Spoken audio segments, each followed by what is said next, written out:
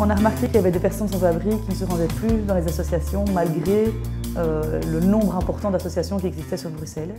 Et donc ces personnes sans abri restaient parfois 8 à 20 ans en rue. En analysant ça de plus près, on a vu que c'est parce qu'elles ne se rendaient pas toujours compte de la gravité de la situation, que les professionnels étaient souvent découragés et que les infrastructures étaient parfois méconnues ou insuffisantes. Ici, il y avait un tabou général sur l'hygiène et tout d'un coup, nous, on l'utilise comme moyen de sortie de rue, ce qui est un peu inédit dans ce milieu où on nous a toujours dit qu'on ne pouvait pas trop parler de l'hygiène, quoi. Et donc, c'est travailler avec l'hygiène et la valorisation des talents et des ressources de chacun. Pour arriver à ça, donc, on a mis 3 activités en place. La première activité, donc, c'est le travail de rue, où là, c'est vraiment aider la personne à retrouver le lien avec elle-même, la motiver à prendre une douche et à prendre soin d'elle. Et puis, une fois dans son logement, il faut que la personne ait tout un réseau pour ne pas qu'elle se sente seule dans son logement. La deuxième action qu'on a mise en place, c'est les formations. Et donc ça, c'était souvent pour les professionnels qui étaient découragés ou fatigués, ou alors qui avaient peur de parler de l'hygiène avec la personne sans abri. La troisième activité qu'on fait, c'est la création d'outils qui vont valoriser les infrastructures qui existent, donc comme un plan avec toutes les fontaines et les points d'eau potable, mais aussi les endroits où ils peuvent aller à la toilette sur Bruxelles. Et aussi des conseils à donner sur quel comportement adopter en cas de situation importante, donc par exemple en cas d'hypothermie ou en cas de grande canicule. Depuis les débuts de l'association, l'équipe a vraiment pu se renforcer et se professionnaliser. Donc notre suivi est beaucoup plus rigoureux.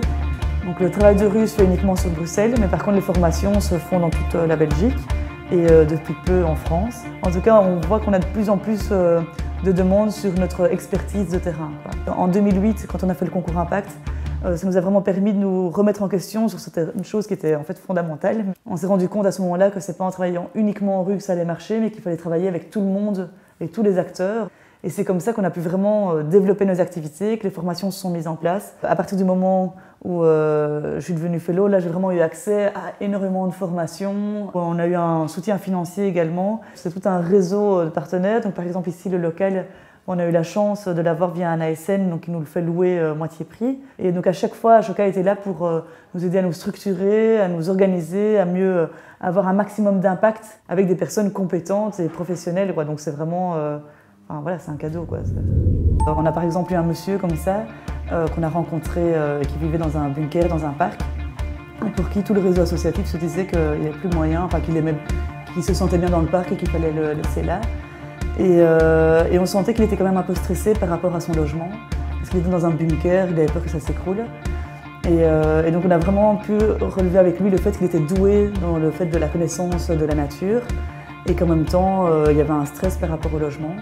Et donc maintenant, on a pu le mettre dans un endroit, donc dans une maison de repos, où il est devenu un peu le jardinier ponctuel de la maison de repos, quoi.